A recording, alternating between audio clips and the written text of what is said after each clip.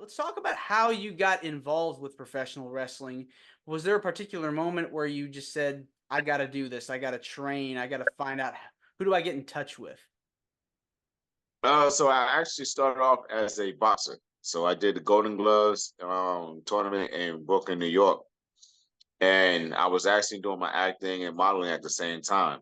Then one of the managers at the agency that I worked for, she introduced me to the guy that helped me get my boxing competition. And when I had my first fight, I lost by 1 point in the first round of the tournament.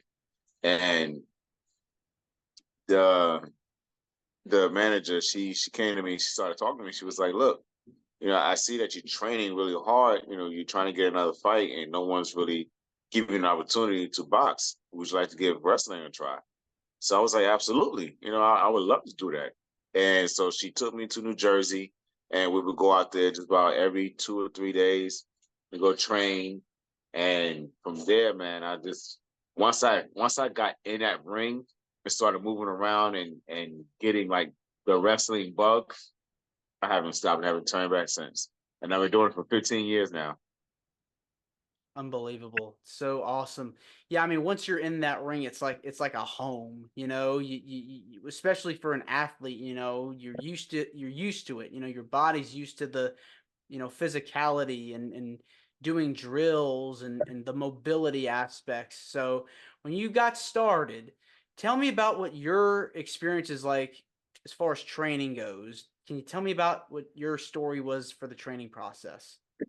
Absolutely, man. So, coming out from boxing and doing a little bit of MMA, my mentality was I'm never going to land on my back. So to go into professional wrestling and being told, "Hey, take a bump," and being told just throw your body on the mat, I'm like, that doesn't make any sense to me. Like, why would I just want to just throw myself around and land on my back? We're taught to never land on our back in boxing and MMA. But after a while, I just had to tell my mind that my body can handle it, and just like I call it ultra instinct, allowing your body to do something naturally and not forcing it to do it. So after a while, it just became second nature to me, and I started moving around. And I remember we used to have like this big crash pad on the outside of the ring. And again, The Undertaker is my favorite wrestler.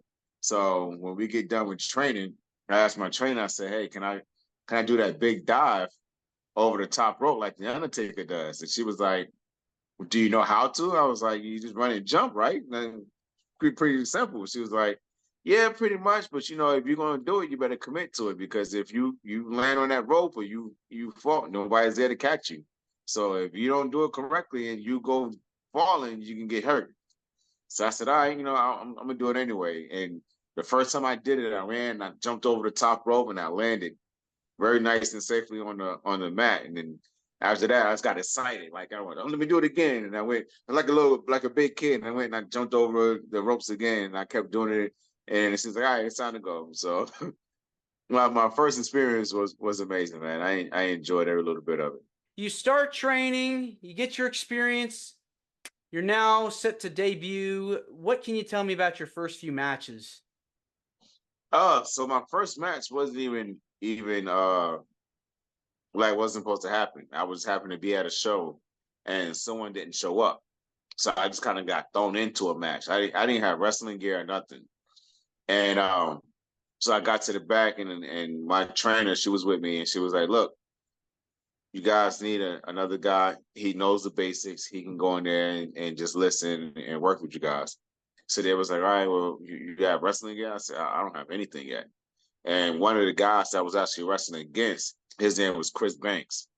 And he actually gave me a pair of his wrestling gear to wear in the ring, which was amazing. He's a really good guy, and we're really good friends now. And so I got in there and I worked the first match, and I was horrible. My very first match, I was horrible, man. I mean, I was all over the place, but they were so professional and so good at what they did. They kept me composed and they helped me and they trained me along as in the match.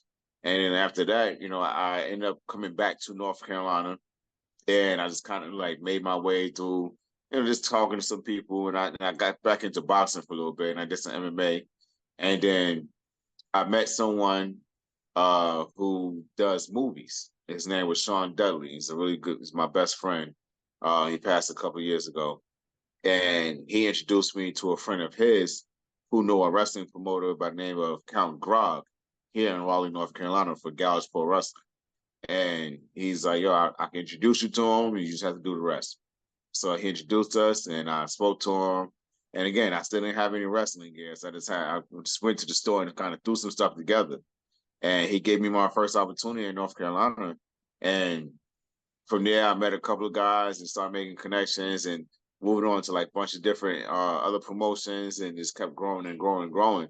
And now, man, it's 15 years in, I've wrestled all over the U.S. just because of it.